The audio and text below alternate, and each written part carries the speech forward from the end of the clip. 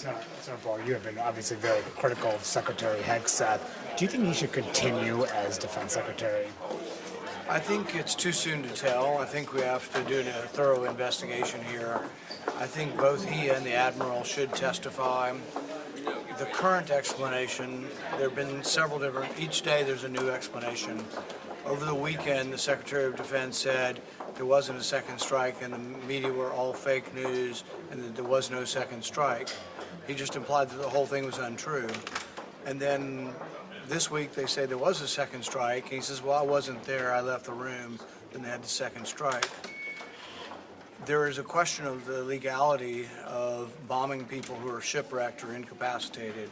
Most people, I saw yesterday Lindsey Graham, the Wall Street Journal, people who have been supportive of the president doing these strikes are very much questioning whether a second strike to people shipwrecked or stranded, clinging to wreckage, whether that's legal or not. I frankly think it's absolutely illegal. Their latest explanation is they weren't blowing up the people, they were blowing up the boat. If those darn people just wouldn't cling to the wreckage, they would be fine. So if they're swimming, they're okay, we won't bomb them. But if they're clinging to the wreckage, we're bombing the boats, and we have every right to bomb boats. That's ridiculous. The whole thing is wrapped up in a bigger issue, though. The issue is you have rules of engagement for crime, you have rules of engagement for war. In war, you have a lower rules of engagement. Not everybody gets a lawyer, not everybody gets a trial, but there's still a rules of engagement in war. Even in war, you don't blow up somebody who has been incapacitated. People floundering around in the water, clinging to wreckage, have been incapacitated, and under no theory of war are they an opportunity to be killed. So I think it was wrong on all fronts. But I don't like the Secretary of Defense blaming on a military commander. These commands came from him, and I think the buck stops with him. I mean, he said that he left the room. What do you make of his explanation that he'd left the room? I don't know, but the orders came from him, and the orders to kill everyone. I mean, these are bizarre orders that we as a country need to determine. Look, drugs are bad. Drugs kill our kids. We don't like drugs.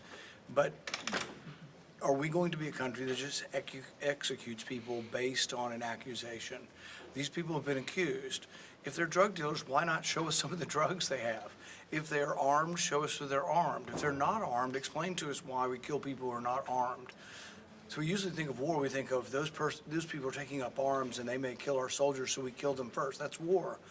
But these people, we haven't been told if they have arms. 2 of them they killed in the water, but 2 of them they scooped up. And did they arrest them for drugs and get drugs that were floating around in the sea? Did they look for arms? No, they just released them and said, go back to your home country, which really wasn't Venezuela. It was Colombia and Ecuador. So I think this whole thing is a terrible situation, but we as a country should not be so easygoing as to say, well, an accusation is enough. We sometimes make mistakes, even in our country, even when we're very, very careful. The DNA Innocence Project found that were people in jail in our country with full due process, well, we made a mistake, they've been in jail for 20 years. Do we really think blowing up boats without any kind of process?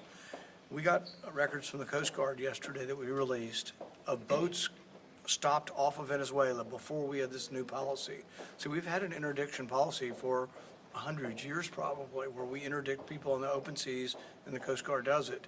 The Coast Guard statistics say that of boats off Venezuela, 21% of those boats didn't have drugs. And it's amazing to listen to some of the support for this. It's like, well, 79% is pretty good. It's like, really?